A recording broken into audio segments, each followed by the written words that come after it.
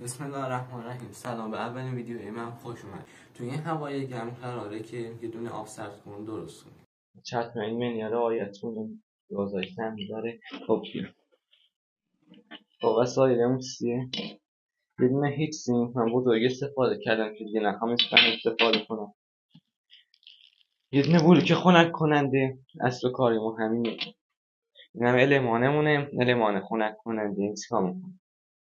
این میاد گرما را از یه طرف منتقل کنه به این طرف با سرعت زیاد که این طرفش یخ میکنه. وسیله بعدیمون یه دونه پمپه. من نتونستم پمپ خوبی بیارم، پمپ شیشه شوی ماشین استفاده میکنم. خب من اومدم از این پایه ها استفاده کردم که راحت بتونم جداش کنم. شما هم میتونید از اینا استفاده کنید، اگه نخواستین استفاده دست خود راحت کنید.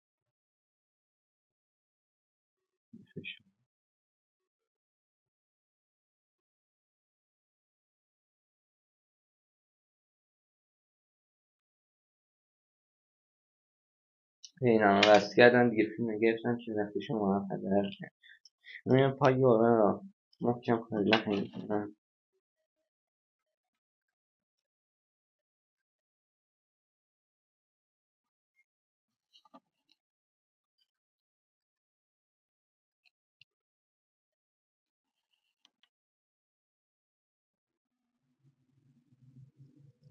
من الان اومدم برق پمپ که نخوام بیچینم و خرابش کنم، از این پایه ها استفاده کردن راحت بیره رو داره.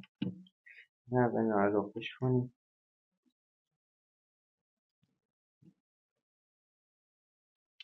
این هم درست کردم. این برای پمپ شو. این هم یه دونه سیمبولن مادگیاش. من میام چون قرار پمپ ما توی محفظه آب قرار بگیره و المان یه جا دیگه قرار میگیره، پس باید یه سیمبول بزرگتری برای انتخاب. من میام اینا رو با مثبت و منفیش به سیم اصلیمون وصل میکنه.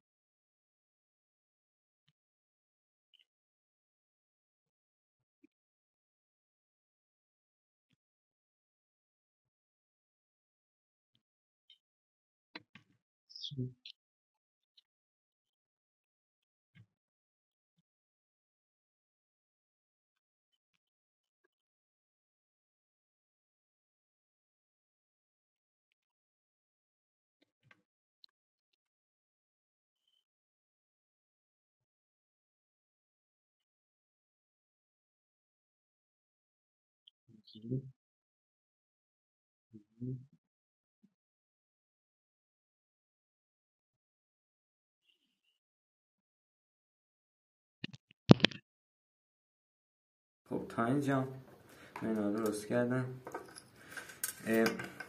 پمپ این دو تا سیمش من نارنجی ها مثبت میگیرم، سیم پمپ مشکی مثبت، اینجا اینی که خوابیده مثبته، اینی که عموده منفی. اینجا هم خودش مشخص کرده، اینجا مثلش میکنم. سفیدم با نارنجی منفی میگیره.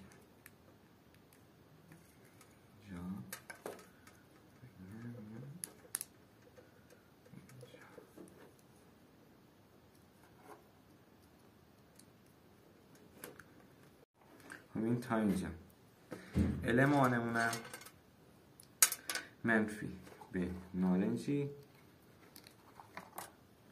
مثبت به سبزی ها میزنیم. الان در مرحله بعدی اینجا ما دو نوع هیچ سیم داریم. این هیچ سیم رادیاتور هم داره و این برای خنک کردن قسمت گرم المان. من قبل مثبت و منفی مشخص کردم اینجا. نمیشه. الان ما باید سوین آبش نسونیم. چه ما خمیر سیلیکون داریم. خمیر سیلیکون کارش چیه؟ میاد انتقال حرارت را بهتر میکنه. بازش کنیم.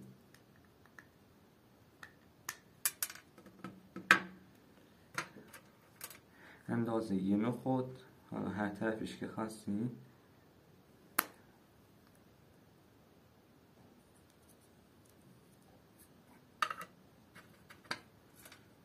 المان رو باید استخدش کنم.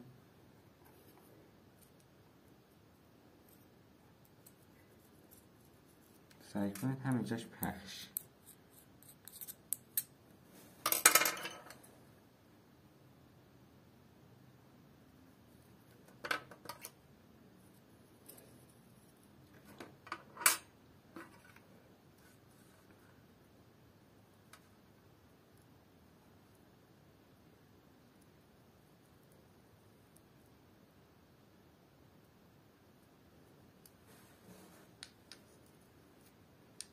من این ورش چسبوندم، این ورش هم میزنم. توجه داشته باشین که این کار چسب انجام نمیده و حتما بعدش باید چی؟ یه دونه آهنی میده چیزی روش بچسبونیم.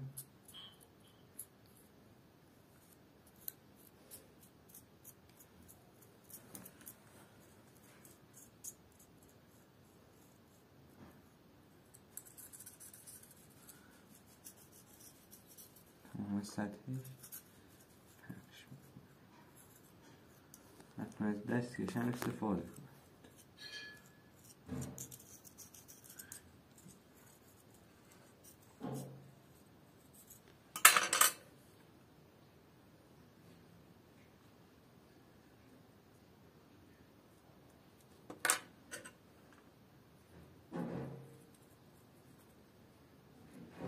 سعی کنید همه جاشه بمالید که انتقال حرارت خوب داشته باشه و بیشتر سرد کنید.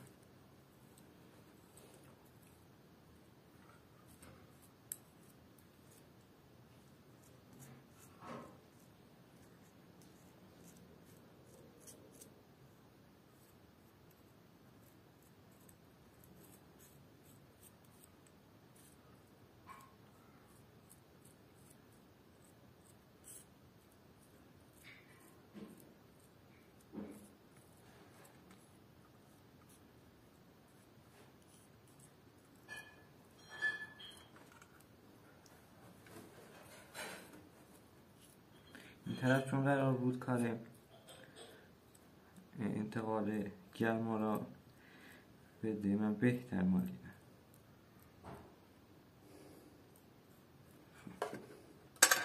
من رو هیت سینگ شما میتونید هیت سینگ کوچیک‌تر انتخاب کنید و فنم براش بذارید که خدای نکرده المانتون نسوزه. بذارید اینجا فشار بدید تا اینجا. خب الان ما باید این هیت سینگ و المان و بلوکا به هم سفتش کنیم که حرکت نکنه. این جای خودش ثابت میکنه. یه تیکه چسب بذاریم رو اینجا که وقتی خواستم پیچه صفر کننده رو ببندم خراب نشه. بدون میل آهن هرچی هست، حالا من از روباتیک بوده برداشتم، شما هر چیزی میتونید بذارید. بذاریم روی اینجا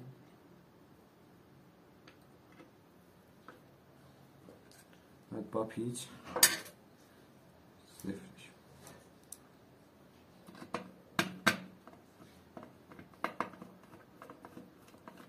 توجه داشته باشه حتما باید این صفر بشه، جاش حرکت نکنه و انتقال حرارت خوبی داشته باشه.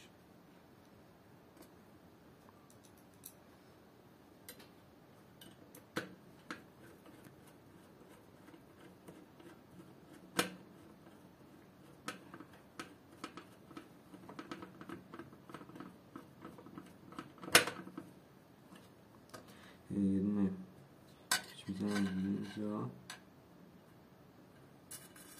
اینجا که اینا یه فشاری بیارید روش از جاش تکونیم.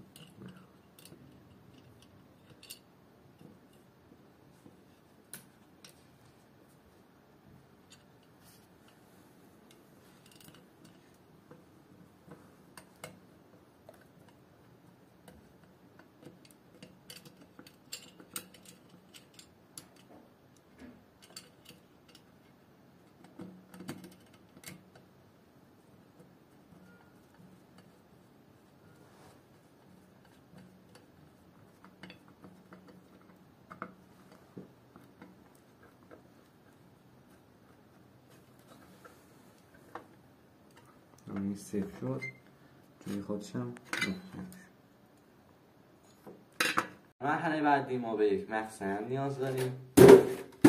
به روز دوم ویدیومون خوش اومدید. برای پاورمون به یه دونه من و تقضیه 10 آمپره سویچینگ 12 وولت خریدم.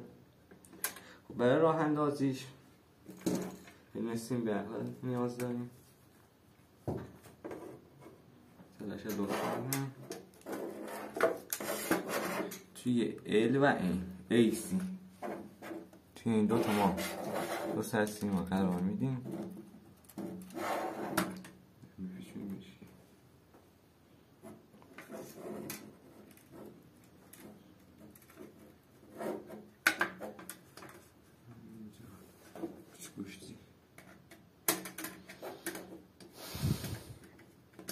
سفرش میکنه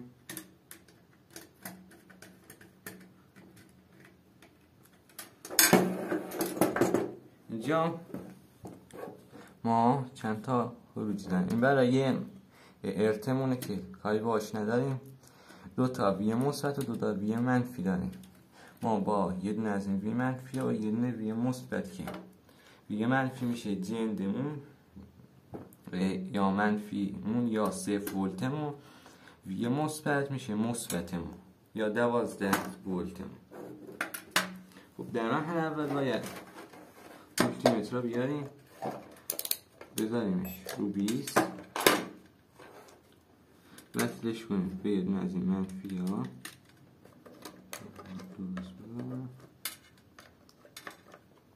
یکشم یا مثبت نمیدونم کنی گرتش رو من وصله برقش میکنیم.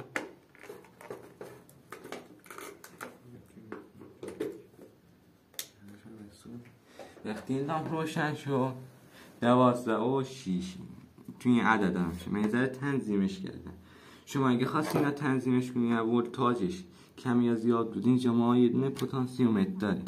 اینا میتابونیدش و این ولتاژ رو اینجا تغییر میکنه. نمبر 11 12 و 3 اینا خوبه دیگه. تا اینجا مرحله ما درست شد. خب همجوری که میدونیم این نمیتونه آبا بکشه، فقط فوت میکنه، میپاشه بالا با فشار زیاد.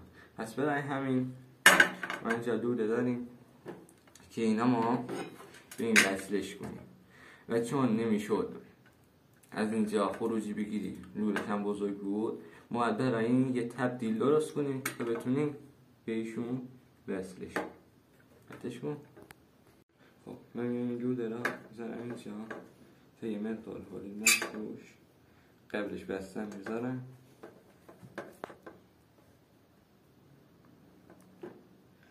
یه پیچ گوشتی چی؟ پیچ هم سفتش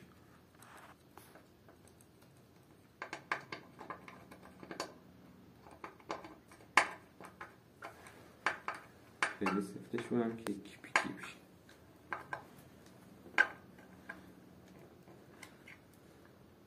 نایی سفت دیگه ده. خب این تا اینجا حالا بریم اندازش رو روی یخچالم بذاریم و ببریمش تا سولاخی روش ایجاد میکنیم. فعلا داره دوله کن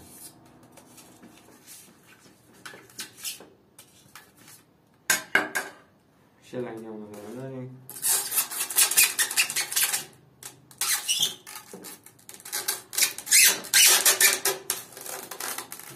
این زردش کنیم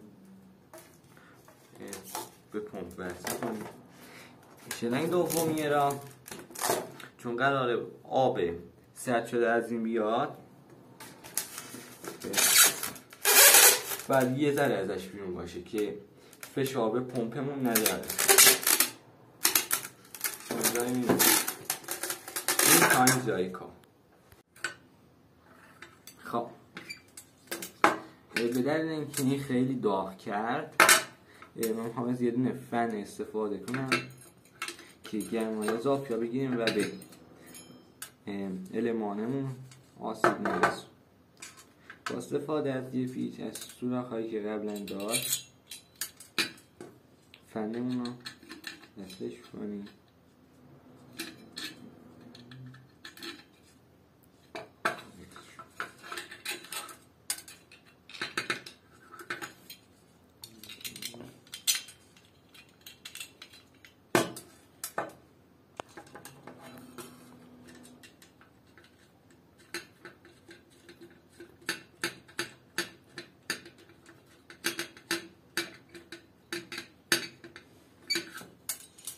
زیاد سفتش نمی کنیم که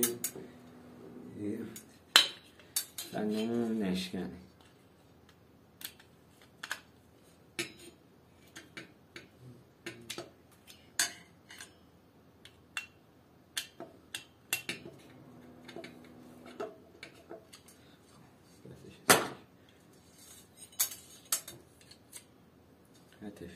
یه روش برای که اگه سیم نازک داشتید و میخواستید آمپر بالا استفاده کنید، میاد یه تیکه سیم رو دو لایه‌اش میکنید، دو سریش رو به هم وصل میکنید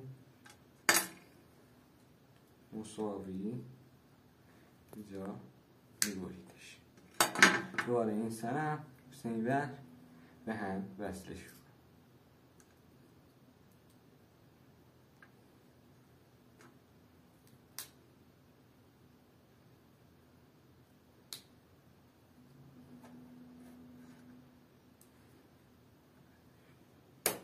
خب الان باید سیمای اصلیمون رو وصل کنیم به این دست سیمی که برای موتور و المان و فن درست کردیم. سیم قهوه‌ای به یک دست سیم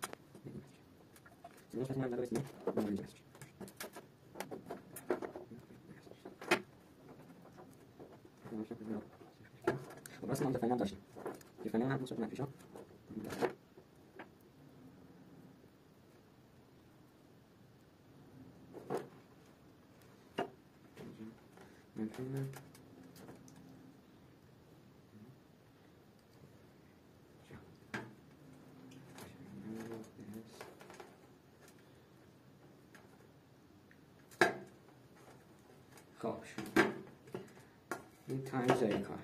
خب حالا سیم پمپمون که من از توی یخچال دادم بیرون، به اضافه اینا باید به خنک کننده اون وصل کنیم. توجه داشته باشید که اگر از مثل من از یخچال‌های فومی استفاده می‌کنید، این باید دورتر از این یخچال باشه، چون حرارت بسیار بالایی داره و ممکنه این یخچال ذوبش بشه. اینجا دست سیم نارنجی مثبتمون رو خوابیدیم مثبت اینجا وصلش میکنیم. قهوه‌ای همجور وصلش اتصال ما وصل شد. الان نوبت لوله ها. لوله ها فرق نداره به کدوم وصل بس دارم جا میزنیم شلنگارات علمان خنک کننده وصلش میکنیم. شلنگه دوم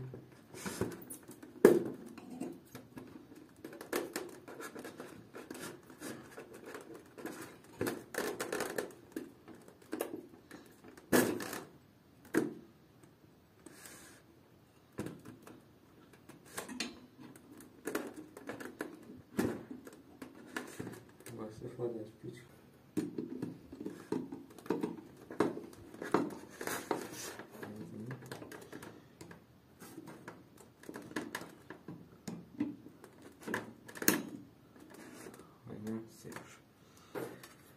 توی مرحله آخر دوتا سیم ورودی ها به آداپتور برق صنعتی هم وصله شد. همینجا وی منفی وی مثبت به این دوتا مثبت ها وی مثبت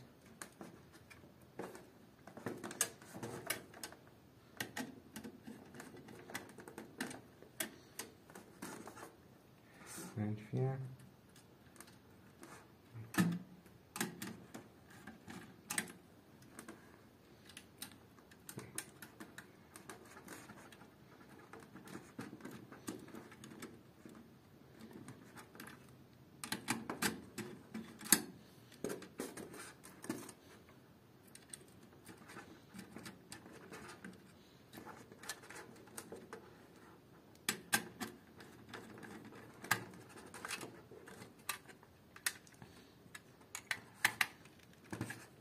حتما با مولتیمتر تنظیم پتانسیومتر انجام بدید که ولتاژ بیشتر یا کمتر نباشه چون به المان صدمه میبینید و بعد از که پیچ ها را سفتشون کردید این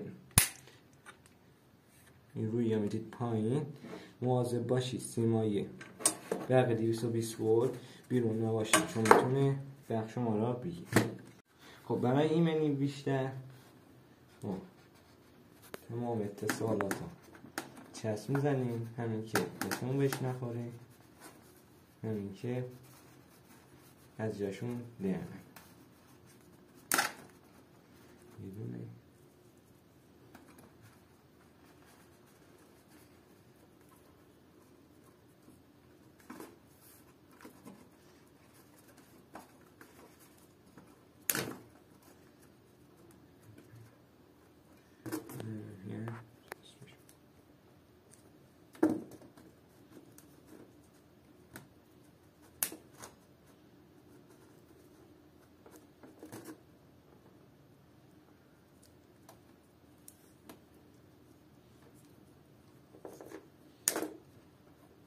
خب آواز را کنی کنیم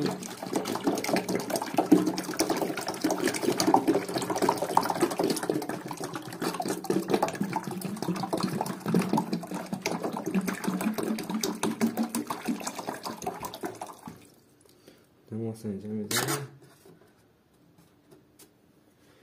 دماغی آب تنظیم میشه دیگه پیدا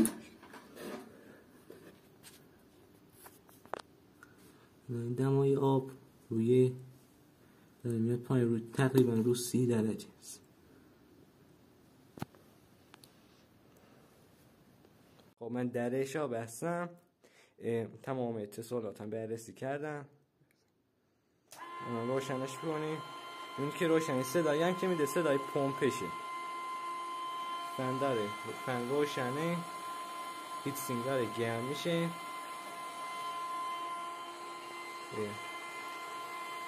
تمام روشنه صدا آورده مشخص باشه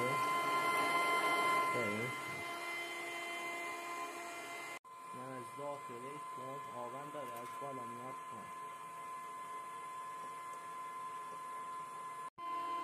به مدت 30 دقیقه کار نمی‌کنه.